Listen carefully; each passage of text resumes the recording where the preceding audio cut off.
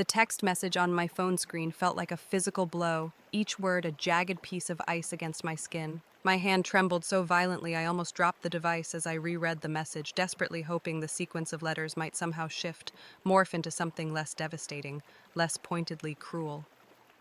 We've decided to keep the wedding small and intimate. We hope you understand. Thanks again for everything. Tapos yung a single tear escaped and splashed onto the screen, blurring the name Michael. I swiped at it with my thumb, leaving a greasy streak across the glass, a pathetic attempt to wipe away the reality of his words. The late afternoon sun, a weak, watery light filtering through the blinds of my Chicago condo, cast long, distorted shadows across the meticulously arranged living room. Everything in its place, every throw pillow perfectly plumped, every piece of art strategically hung. Everything except for this raw, festering ugliness now radiating from the phone clutched in my palm. Thanks again for everything, I whispered into the silence of my apartment, my voice cracking like dry leaves underfoot. My chest constricted, a vice tightening around my lungs, making each breath a shallow, painful gasp. The $25,000 check, nestled in its pristine cream envelope, sat like a ticking time bomb on the sleek glass coffee table. Michael and Jessica's dream day, the words inscribed in my most elegant script, a cruel reminder of my misplaced generosity. I had planned to drop it off at their place tomorrow, a final, cheerful gesture of support. Now the thought felt like swallowing poison. My gaze drifted to the framed photograph beside the check. Michael and me at Lake Michigan when I was 12, and he was 14. His arm was slung casually around my shoulders, both of us squinting into the bright summer sun, our smiles identical in their youthful exuberance. I gripped the frame so tightly my knuckles turned white, the smooth glass digging into my fingertips. I remembered the fierce, unwavering belief we had then, the unspoken promise that we would always have each other's backs, a shield against the world. The sharp, sickening crack of glass shattered the memory. A hairline fracture now ran across Michael's face in the photo, slicing his carefree smile in two. 3 weeks ago, the air in my parents' sprawling suburban home had been thick with the comforting aroma of Mom's legendary pot roast. The gleaming mahogany dining room table, usually reserved for holidays, was set with their finest china. Michael and Jessica sat side by side, radiating smug happiness as they made their grand announcement.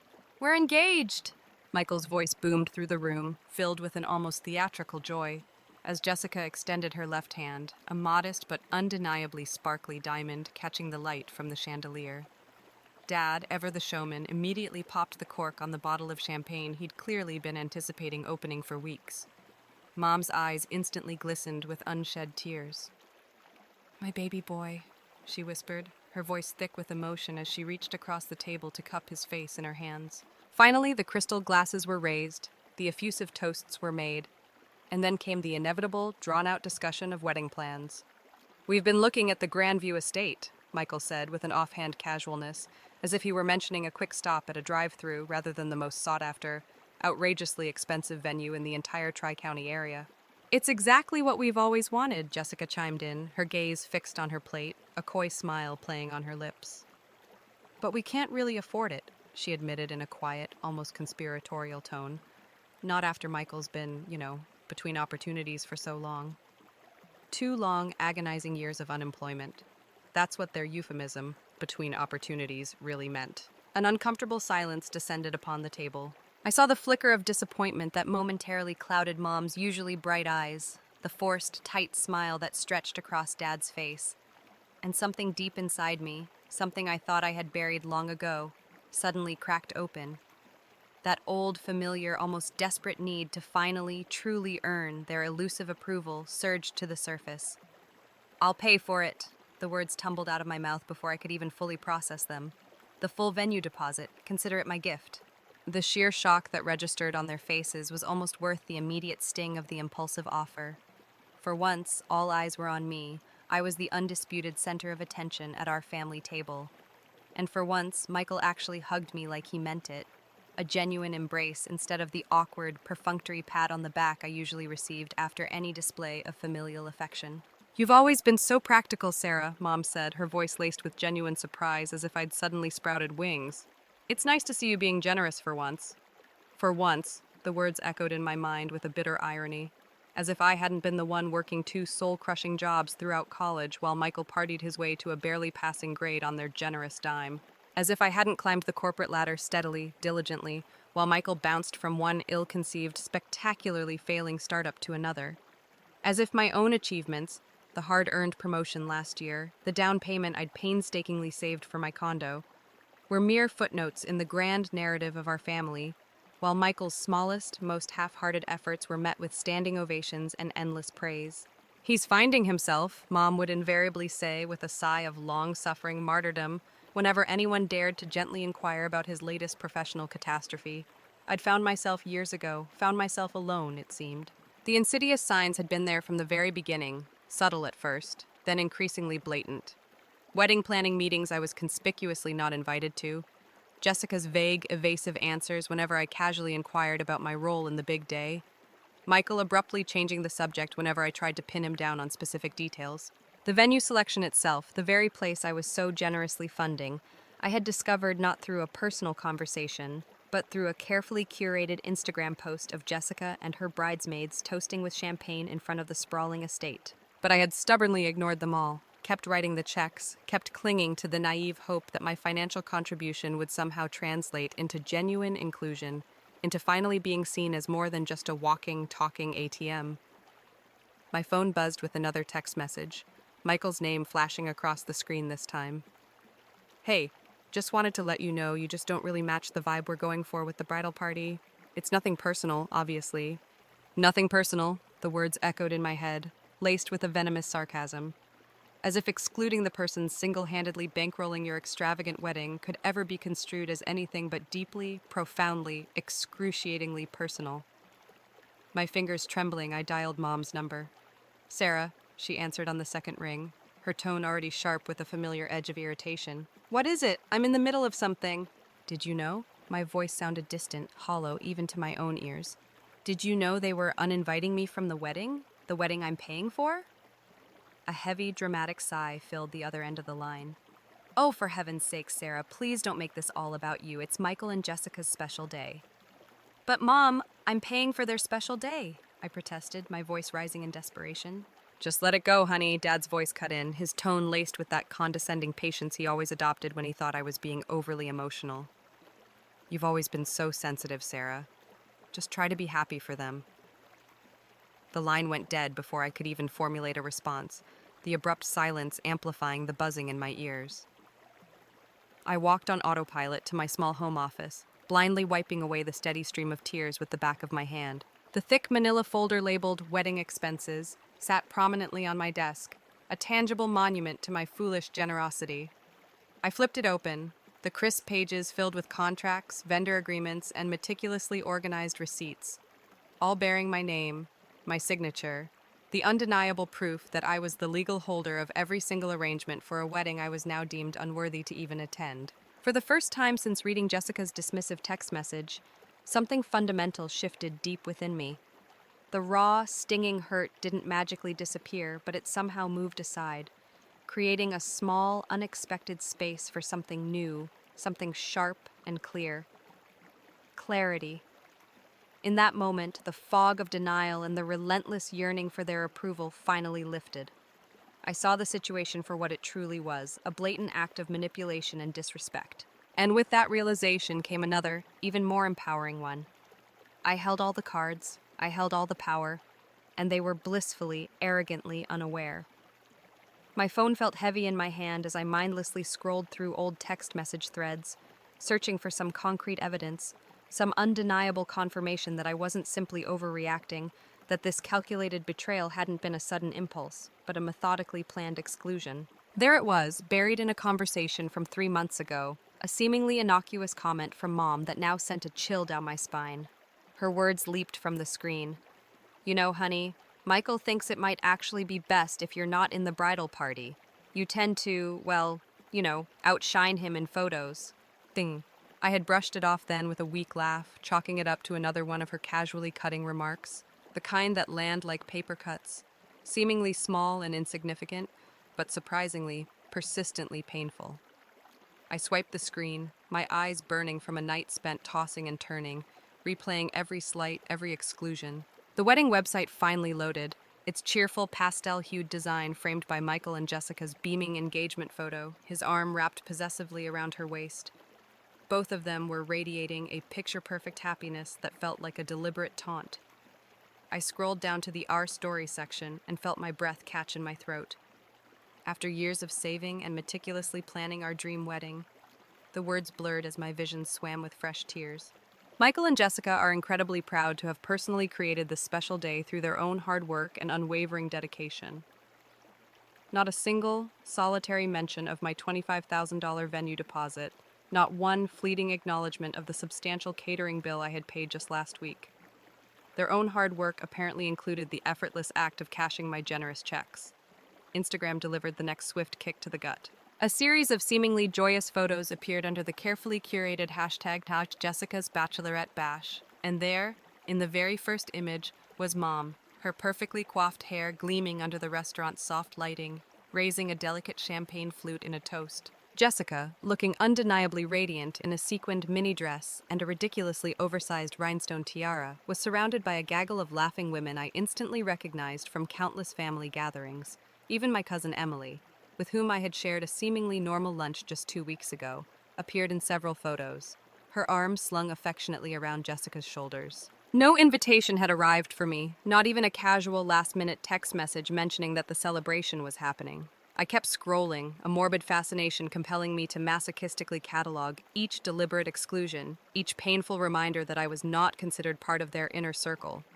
A professionally staged cake tasting at the upscale bakery I had personally researched and enthusiastically recommended, a detailed venue walkthrough where Michael stood gesturing expansively while my father nodded in enthusiastic approval. All events that I had not only financially supported but had actively facilitated, yet I was deemed unworthy, undesirable, to even attend.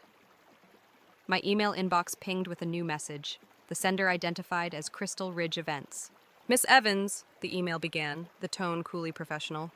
Per the groom's direct request, we have officially removed your access credentials from our online wedding planning portal. All future communications regarding the event will be sent directly to Mr. Michael Evans and Ms. Jessica Henderson. Thank you for your understanding in this matter. Sincerely, Alan Martinez, Event Manager. The groom's request, I repeated the words aloud, testing their weight, the casual dismissal stinging more than any outright insult. Just then, a notification popped up on my phone.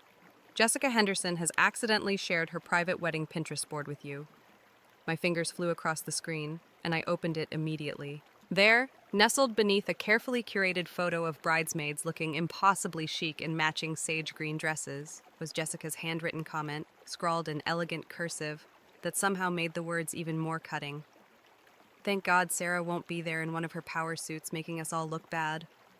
Already talked to Michael about making absolutely sure she's officially uninvited.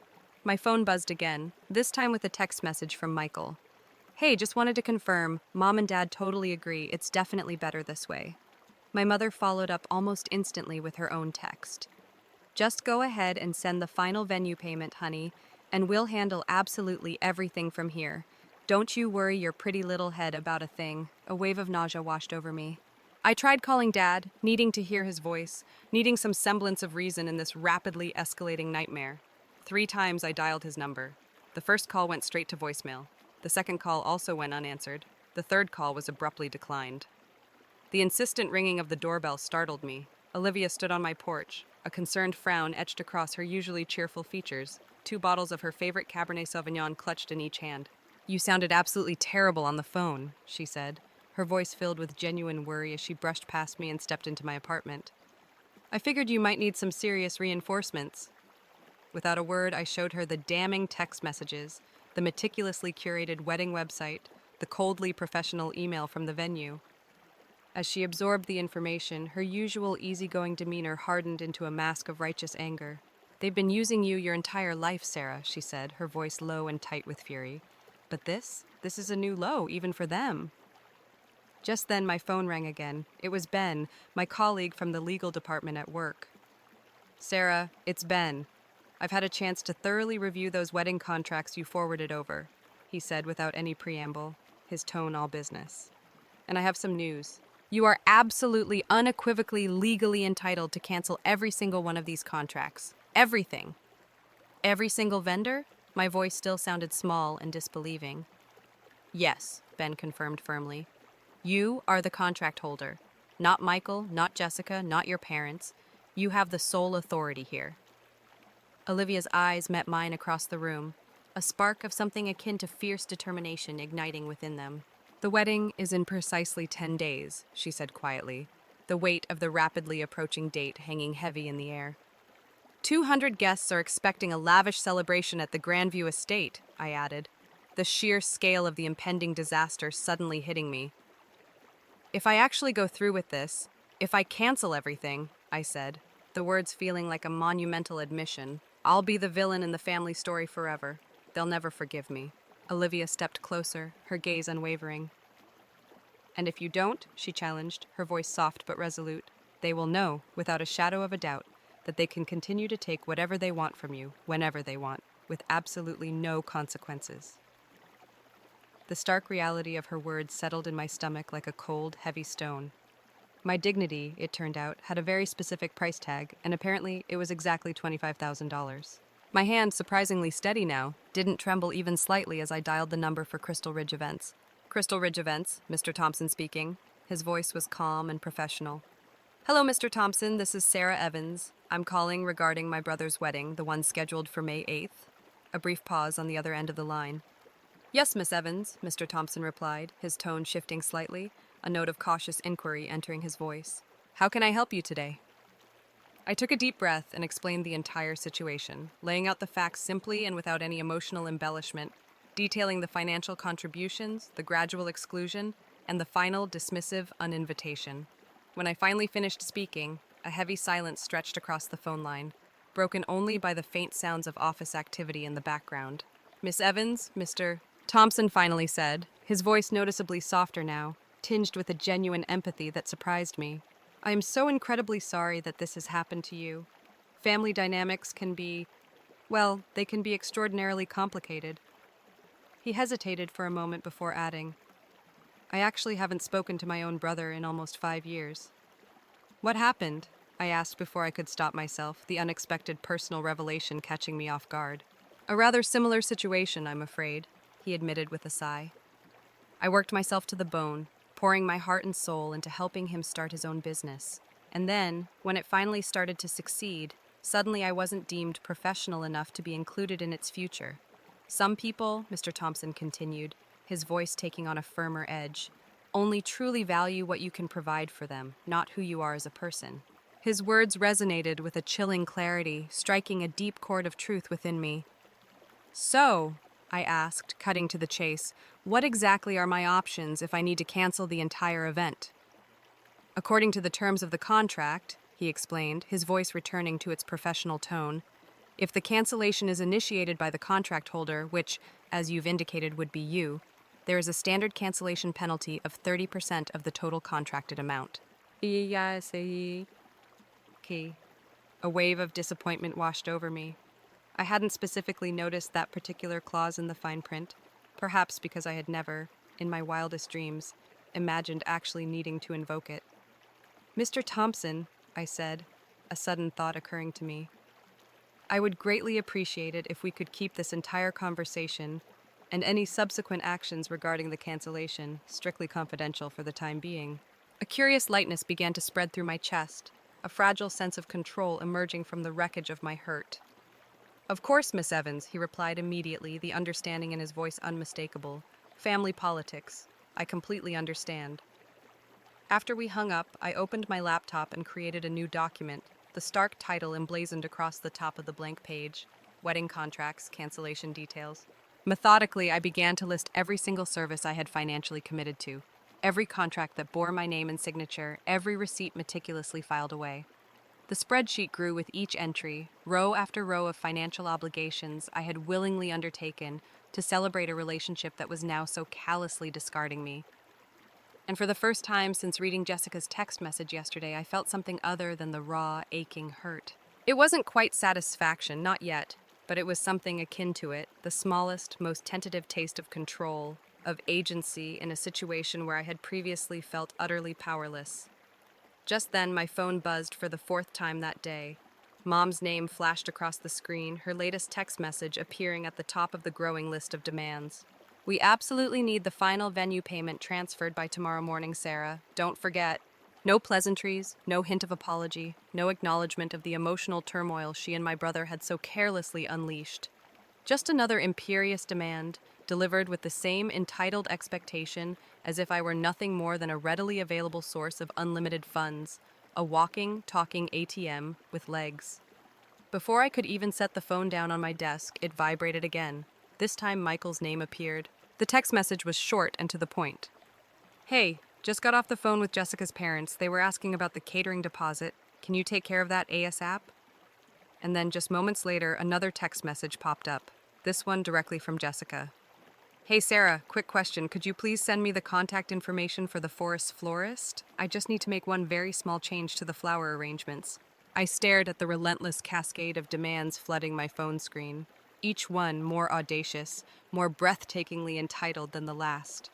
Not a single one of them even remotely alluded to the fact that I had been so unceremoniously uninvited from the wedding. Not one single word acknowledged the sharp, agonizing knife they had so casually plunged between my shoulder blades. Dr. Evans, my therapist, adjusted her stylish wire-rimmed glasses and studied me with a thoughtful expression from across the small, comfortably furnished office. The late afternoon light, streaming through the large window overlooking the bustling Chicago street below, caught the subtle streaks of silver in her short, neatly styled hair as she leaned slightly forward in her chair. Sarah, she began, her voice gentle but firm, a familiar anchor in the storm of my emotions. This pattern of behavior, this dynamic within your family, has been a consistent theme throughout our sessions. It's not a new development. You've been describing variations of this for years. I nodded slowly, my fingers tracing the worn leather of the armchair, the familiar texture a small source of comfort. So, Doctor, Evans continued, setting her notepad aside on the small table beside her, her gaze direct and unwavering.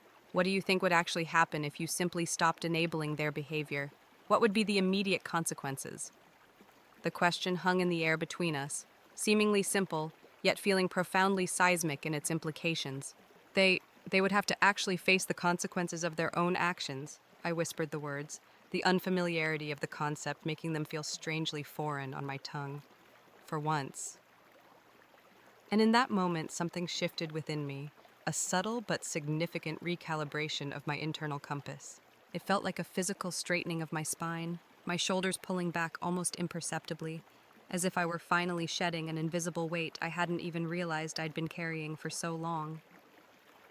Dr. Evans, with her keen perception, noticed the almost imperceptible change in my posture, a slight, knowing smile touching the corners of her lips. That evening, instead of passively responding to Mom's latest demanding text message, I did something I had been instinctively avoiding for days. I picked up my phone and called her directly. She answered on the second ring, her voice already laced with that familiar edge of impatient irritation. Sarah? What is it? I was just about to... Mom, I interrupted, my voice surprisingly steady. I've been waiting for you to transfer the final payment for the Grandview estate. Have you done that yet? Well, no, honey, she replied, her tone shifting to one of practiced sweetness. I was actually waiting to hear back from you first. Just to make sure everything was still okay. Okay? I repeated the word, the incredulity evident in my voice. Mom, after everything that's happened, after you and Michael so casually uninvited me from the wedding I'm paying for, you really think everything is just okay? A beat of strained silence hung between us. Then the familiar weapon of guilt was deployed. Sarah, after absolutely everything your father and I have done for you over the years. The well-worn path of manipulation, the emotional blackmail I had come to expect. But tonight, something was different. Tonight, the old tactics simply weren't landing. Name one thing, I said, the challenge in my voice surprising even myself. Just name one single thing you have ever done for me, Mom, that wasn't actually, in some way, ultimately for Michael's benefit. The silence that followed was profound, a gaping vacuum where her immediate, well-rehearsed defense should have been. And in that deafening pause, I heard the truth louder and clearer than any words she could have possibly offered. With a frustrated huff, she simply hung up the phone, the abrupt disconnection echoing the chasm that had grown between us. $25,000 for the venue, Olivia said, her brow furrowed in concentration as she scribbled furiously on the legal pads spread across my kitchen table. 8,000 for catering, 4,000 for the band. Her vibrant red curls fell forward, obscuring her face as she bent over the growing list of wedding expenses. Flowers, photographer, the elaborate custom wedding cake, all of it is in your name, Sarah. Across the small kitchen island, Ben adjusted his glasses, his gaze sharp as he reviewed the stack of contracts I had laid out before him. As I've already stated, he reiterated, his voice calm and authoritative, you have every single legal right to cancel each and every one of these contracts without any input or permission from anyone else. He tapped a specific clause in the thick venue agreement with his pen. There is, of course, a cancellation penalty involved, as we discussed, but it is significantly less than the total remaining balance. My boss actually offered me a personal day tomorrow, I told them, reaching for the bottle of wine and pouring a generous refill into Olivia's glass. She said, and I quote, Sarah, you need to take care of yourself first. Everything else can wait. Smart woman, Olivia nodded approvingly, taking a long sip of her wine. Oh, and speaking of support Lisa called earlier, she added casually, she just wanted you to know that her own brother pulled almost the exact same stunt on her last year.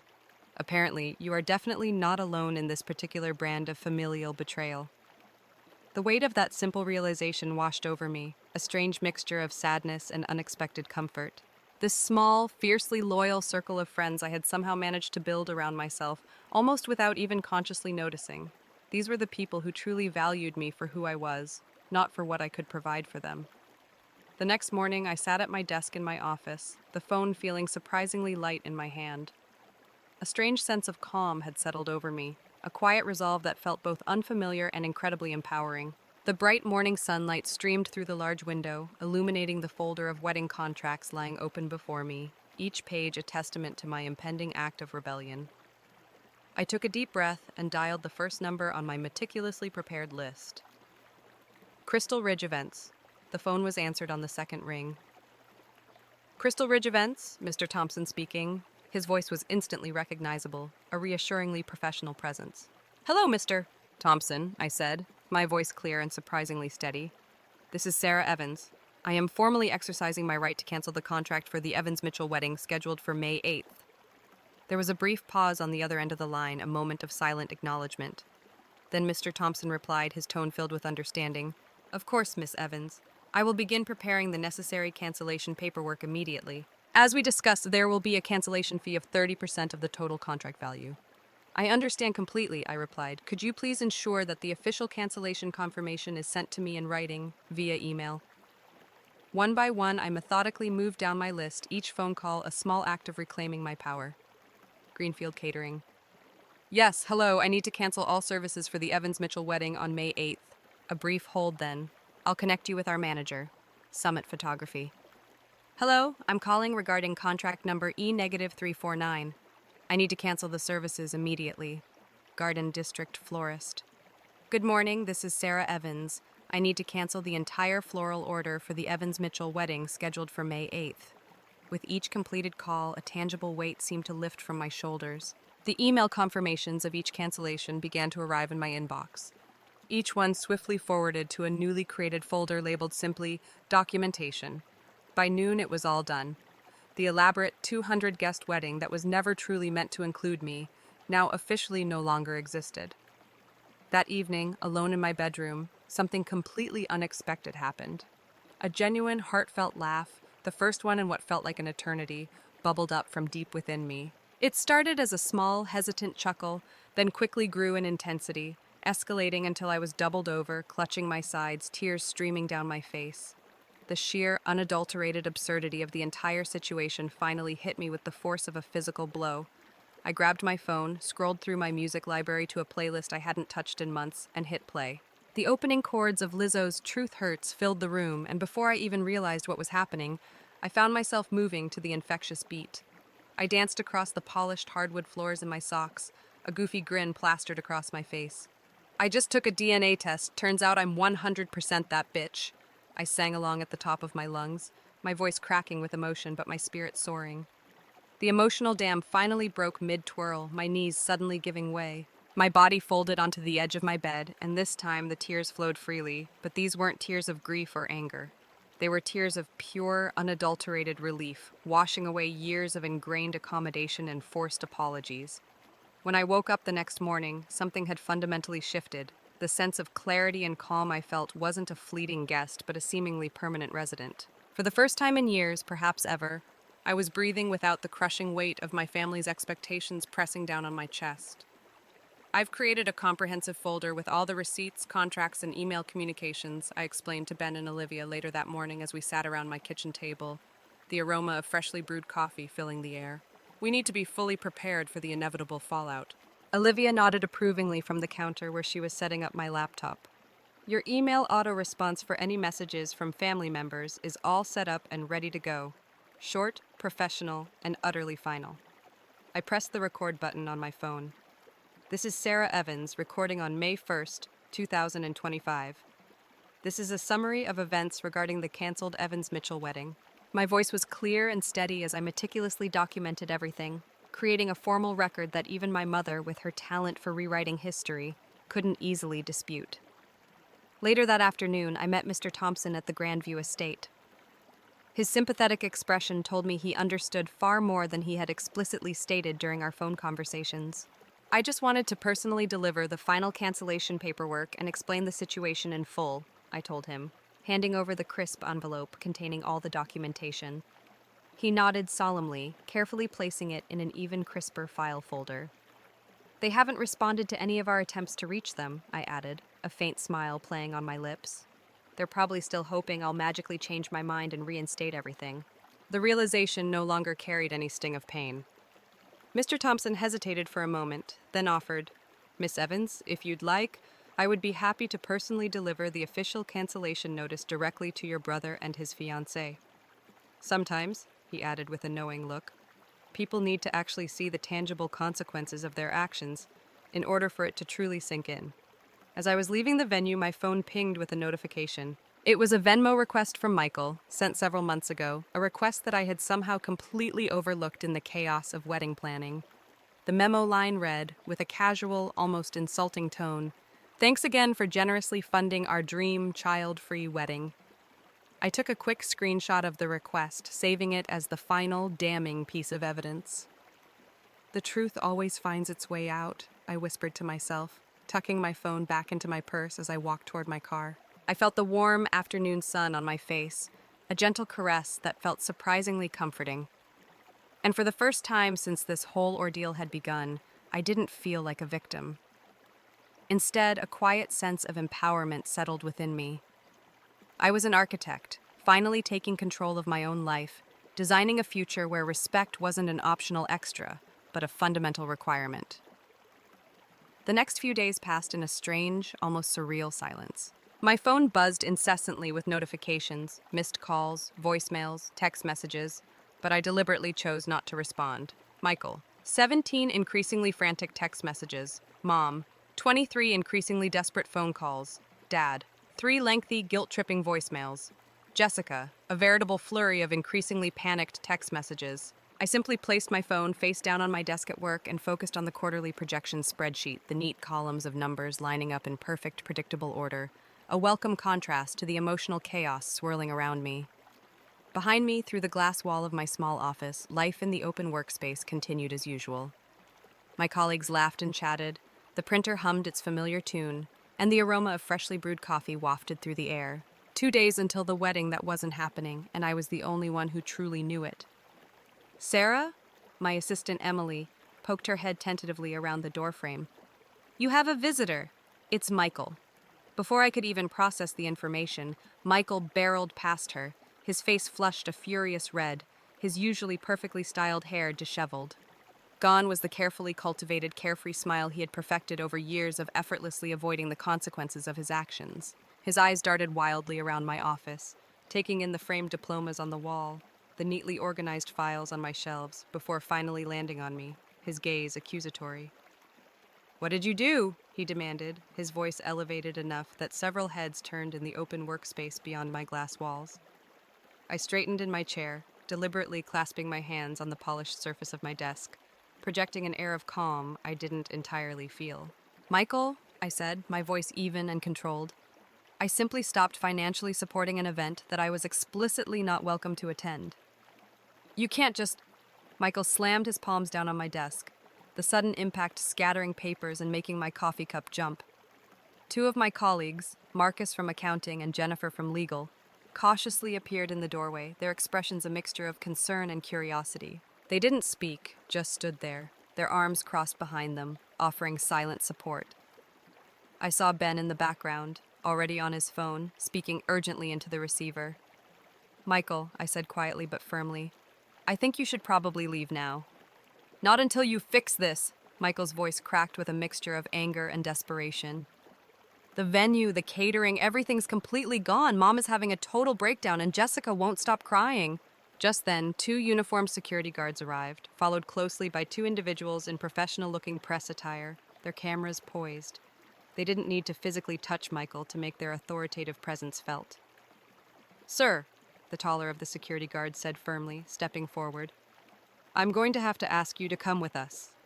Michael backed slowly toward the door, his eyes still fixed on me, a look of pure, unadulterated fury contorting his features. You're ruining everything, Sarah. You've always been so jealous of me. You've always tried to make me look bad. As the security guards gently but firmly escorted him out of my office, his final, venomous words echoed down the hallway. You're dead to this family. I exhaled slowly, my hands trembling slightly as I began to reorganize the scattered papers on my desk. Jennifer approached, placing a gentle hand on my shoulder. We've got your back, Sarah, she said simply, her quiet words offering a surprising amount of comfort. That evening, Olivia showed me Jessica's latest Instagram post. It was a tearful selfie, her face streaked with mascara, accompanied by a lengthy, self-pitying caption. Can you even imagine having a sister who is so unbelievably jealous that she would actually try to sabotage your dream wedding just days before the big day? I honestly don't know how I'm going to get through this. So grateful for my amazing fiancé and my incredible friends and family who are rallying around us during this incredibly difficult time. Sometimes you just have to realize that family isn't always about blood. The comments section was already flooded with hundreds of sympathetic messages from distant relatives and high school acquaintances, all taking Jessica's side without knowing a single fact. Your mother called the Millers, Olivia reported, scrolling through her phone with a grim expression. You know, the Millers, your parents' best friends for the past 20 years? She's telling them, and probably everyone else in their social circle, that you're having some kind of emotional breakdown and that's why you're acting this way. Sure enough, my phone began to light up with a barrage of concerned text messages from various family members. Aunt Susan, Uncle Tom, even my second cousin Emily, all sending variations on the same theme. Heard there's some kind of drama going on with the wedding? Are you okay? Can't you just try to make peace for one day? I said nothing, simply pouring myself another glass of wine. Olivia suddenly grinned, turning her phone around to show me a photo she had just posted on her own Instagram account. It was a candid shot of the two of us at dinner last week, both smiling genuinely. The caption read, "So incredibly proud of my amazing friend Sarah for standing up for herself and navigating a truly awful situation with such grace and strength. Supporting my friend through a truly heartbreaking family betrayal. Sometimes the strongest people are the ones who finally say, enough." Ben, ever the proactive protector, had already sent a strongly worded cease and desist letter to Jessica regarding her defamatory social media posts. My boss had texted his unwavering support hours ago, reiterating that I could take all the time I needed and that the entire firm stood firmly behind their people.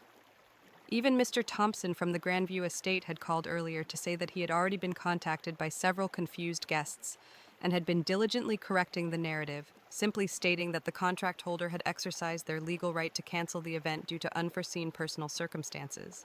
Nothing personal, nothing dramatic, he had assured me. The morning before the wedding day that wasn't, my phone buzzed with an incoming call from an unknown number. Hesitantly, I answered. Sarah, it's Jessica's father, Mr. Henderson, here. His voice sounded strained, almost defeated. Sarah, Jessica's mother, and I. We just had absolutely no idea that you were the one who was actually funding the entire wedding. They had both told us that they had been diligently saving for years and had finally managed to accumulate enough money to cover everything themselves. I said nothing, simply listening to the awkward silence that followed. Sarah, he asked finally, his voice barely above a whisper, Is there Is there anything at all that we can possibly do to fix this? Without a word, I ended the call. Less than an hour later, a text message arrived from Mom. Sarah, what on earth will people think of us when they find out the wedding has been canceled? Not, I'm sorry, not, we were wrong, but always, relentlessly, what will people think? My father's text message came next, the first time I had heard from him directly in days. Sarah, it's your father. Let's just try to talk about this rationally, like adults. There must be some kind of solution that works for everyone, right? Derek's text message arrived last, a pathetic attempt at an 11th hour reconciliation. Sarah, okay, look, we were wrong to exclude you from everything. Please just come to the wedding tomorrow. We've managed to find a backup plan. A small ceremony at City Hall tomorrow afternoon at 2 o'clock. We really need you to be there. Each message, despite the slightly different wording, rang with the same hollow, self-serving tone, focused entirely on maintaining appearances, rather than expressing any genuine remorse or taking any real accountability for their actions. I read them all twice, then deliberately set my phone aside on the kitchen counter without replying. Later that day, when my colleague Jennifer casually asked about the situation during our lunch break, I simply stated, without any embellishment or emotional inflection, I was uninvited from a rather large event that I happened to be financially responsible for. Just the cold, hard facts. That evening, a formal wedding invitation arrived via email. Cream-colored background, elegant flowing script, Mr. Derek Evans and Ms. Jessica Henderson cordially invite you to witness their marriage at a small civil ceremony at City Hall tomorrow at 2 o'clock in the afternoon. When I still didn't respond, Mr. Thompson from Crystal Ridge Events sent a brief text message. Just wanted to confirm that they are indeed proceeding with a small ceremony at City Hall at 2 p.m. tomorrow. The larger reception has been officially canceled. I typed back a simple 2-word reply. Thank you. His response came almost immediately. Absolutely. As we discussed, I will still be able to deliver the official cancellation notice to them personally at that time. I set my phone down on the nightstand beside my bed and looked out my window at the setting sun, casting long shadows across the city skyline. Tomorrow, I thought, the truth will finally have its moment in the light. Not with any dramatic confrontation or vengeful outburst on my part, but with the simple, undeniable weight of consequences finally finding their rightful owners. The cold, hard stone steps of City Hall felt surprisingly solid under the sensible heels of my charcoal gray dress. I stood across the street, slightly removed from the small gathering, watching the handful of confused-looking guests file into the stark government building. Most of them wore expressions that mirrored their hastily assembled outfits, bewildered, slightly rumpled, and clearly questioning the abrupt change of plans. A text message wedding, after all, wasn't exactly what they had envisioned when they had enthusiastically marked their calendars for Derek and Jessica's dream day at the supposedly elegant Grandview estate. I checked my watch. 1:57 p.m. Precisely 3 minutes until the hastily arranged ceremony was scheduled to begin. 3 minutes until I would walk into a room full of people, most of whom had absolutely no idea that I was the direct reason they were now gathering in this rather unromantic government building, instead of the luxurious venue with its panoramic mountain views that I had so carefully selected and so generously paid for. The memory of Derek's dismissive text message, the casual cruelty of his words, burned in my mind like a brand. You just don't really match the vibe we're going for. It's nothing personal. A passing businessman, hurrying down the sidewalk, gave me a curious glance, and I suddenly realized I had subconsciously whispered those last 2 words aloud, the bitterness still stubbornly clinging to me despite my resolute efforts to remain composed and detached. I straightened the skirt of my simple but elegant charcoal gray dress, deliberately understated, nothing that could possibly be construed as attempting to outshine the bride on her big day. Inside the small, sterile room, the scene was exactly as Mr. Thompson had described. A single, rather sad-looking bouquet of generic convenience store flowers adorned the justice of the piece's podium. 20-some mismatched metal folding chairs had been arranged in uneven rows, giving the whole affair the distinct air of a hastily organized afterthought. My parents stood stiffly near the front, Mom continuously smoothing the fabric of her expensive silk blouse, as if the sheer quality of the material might somehow impose a sense of order on the chaotic situation. Derek and Jessica stood together near the large window, their eyes darting nervously toward the entrance every time the heavy oak door creaked open, a palpable tension radiating from them like heat waves rising from summer asphalt. I slipped into the back of the room quietly, nodding politely to several distant relatives who happened to notice my unexpected arrival. The collective, almost audible exhale of relief that rippled through my family was almost comical, even from my vantage point in the last row. Crisis averted, they likely thought. Good old Sarah had finally come to her senses and decided to play the dutiful sister.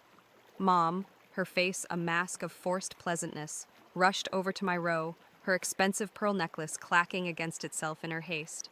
"Oh, Sarah, thank goodness you finally decided to come to your senses," she whispered, her voice tight with a mixture of relief and thinly veiled disapproval. Her hand gripped my shoulder with an unnecessary force, as if she genuinely feared I might bolt for the exit at any moment. "We're family," I replied simply, the words feeling hollow and devoid of any real emotion, like the dry rustle of leaves on a dead tree. Derek appeared next, bending down close to my ear, his breath warm against my cheek. "Hey," he murmured, his eyes not quite meeting mine. "We can definitely talk about that rent money later, okay?" I wondered if this was his incredibly tone-deaf version of an apology, or simply a preemptive strike of financial damage control. Jessica followed close behind, offering a perfunctory air kiss near my cheek, careful not to actually make any physical contact. "So glad you could make it, Sarah," she said, her smile looking strained and unnatural, a thin veneer of forced politeness. No acknowledgement of my unceremonious exclusion, no hint of genuine remorse. I simply offered a small, noncommittal nod in response. It was clear that none of them had actually noticed that I hadn't verbally accepted their non-apologies or offered any promise of forgiveness. They were simply seeing what they desperately needed to see. Compliant Sarah, reliable Sarah, the Sarah who would never ever make a scene. The justice of the peace, a kindly-looking man with a slightly harried expression, cleared his throat loudly, and everyone awkwardly shuffled into their designated seats. The hastily arranged civil ceremony began with all the warmth and genuine emotion of a tax audit. Derek shifted his weight nervously from one foot to the other, his gaze flickering around the room. Jessica clutched her small, rather pathetic-looking bouquet of bodega flowers so tightly that a few stray petals fluttered to the linoleum floor.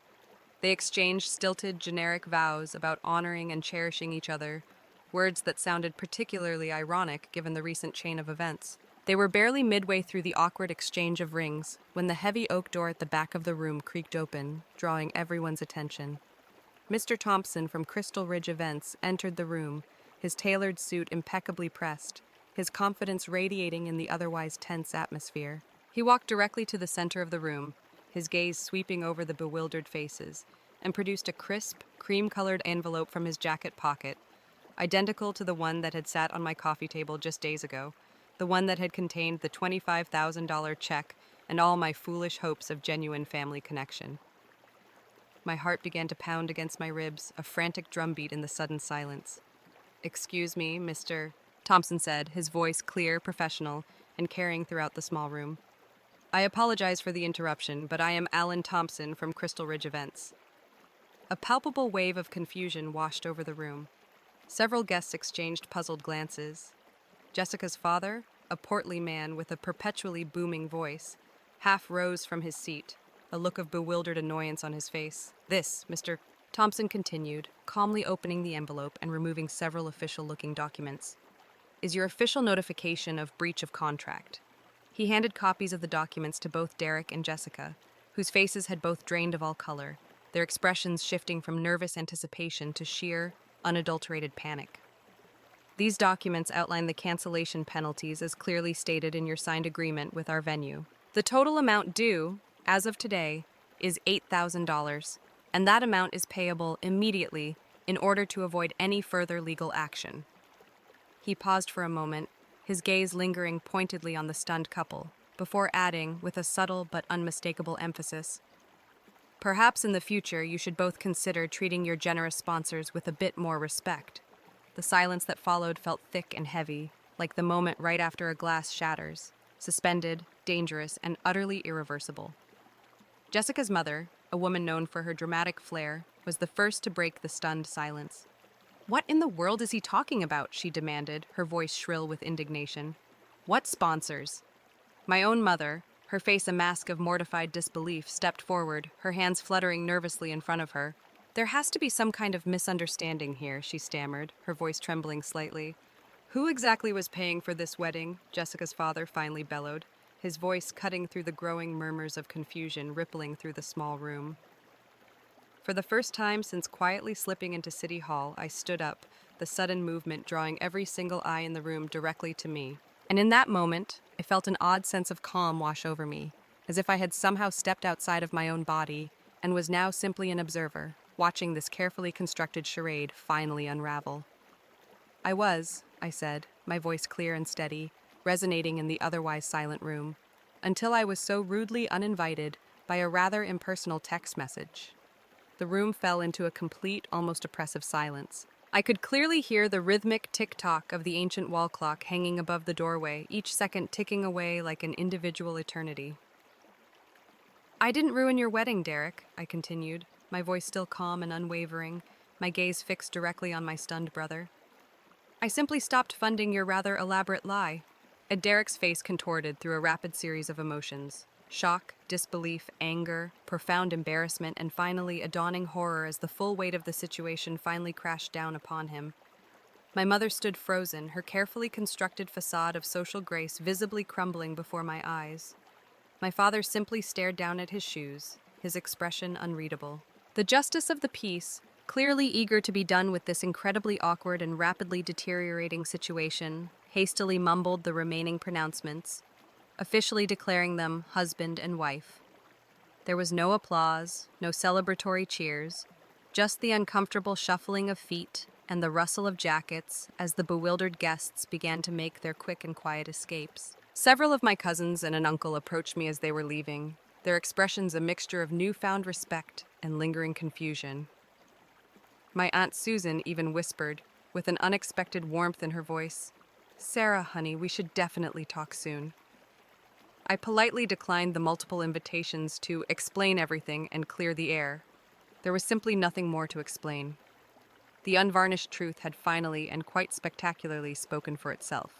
As I walked out of the sterile confines of City Hall and into the bright afternoon sunlight, I felt the heavy weight of decades of unspoken expectations and familial obligations finally lifting from my shoulders. Some people feel the need to create elaborate scenes in order to be heard. I had simply allowed the natural consequences of their own selfish actions to speak at full, deafening volume. 6 months had passed since that unforgettable day at City Hall. 6 months of quiet rebuilding, of slow but steady growth, of carefully tending to the relationships that truly mattered. Wind chimes, their delicate melodic tones weaving through the gentle May breeze, danced in my backyard garden.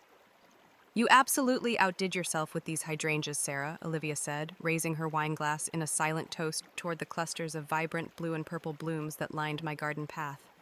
"They are absolutely thriving." I settled into the comfortable Adirondack chair beside her, watching as Ben and Lisa, their laughter echoing softly across the patio, arranged platters of food on the outdoor table. These three people, my chosen family, the ones who had stood steadfastly beside me when it mattered most, now gathered weekly in this peaceful space we had created together. "My solo trip photos finally got uploaded," I said, pulling out my phone and scrolling through the images from my 2 weeks in the misty, breathtaking Scottish Highlands, staying in cozy stone cottages, spending my days hiking through stunning landscapes, reading countless books, and simply deciding each morning exactly what I wanted to do, without having to consider anyone else's needs or expectations. Emma leaned over, swiping through the photos on my phone, pausing at a particularly striking image of me standing atop a windswept cliff, my arms outstretched, my face tilted toward the sun. "You look free," she observed quietly, a genuine warmth in her voice. "My counselor says I'm making really good progress," I admitted with a small smile. "I'm finally starting to understand that prioritizing my own peace and well-being isn't selfish, it's absolutely necessary." Ben joined us, carefully setting down a tray of lemonade, the ice clinking gently against the glass. "Speaking of progress," he said, a hint of quiet satisfaction in his voice. "I finally had that conversation with my brother. I told him, in no uncertain terms, that I will absolutely not be financing his third spectacularly failing startup attempt." His voice carried the same quiet certainty and self-assurance that I had been diligently cultivating over the past few months. "Did you use that script your therapist gave you?" Lisa asked with a teasing grin. We all raised our glasses in an impromptu toast. "To finally choosing our own family," Maria said, her smile as bright and warm as the afternoon sunshine. And to Sarah, Ben added, his gaze meeting mine, who bravely showed us all exactly how it's done. The conversation flowed easily as we ate, but I found my thoughts occasionally drifting back to the diverging paths of our past. My biological family, as expected, was a tangled mess.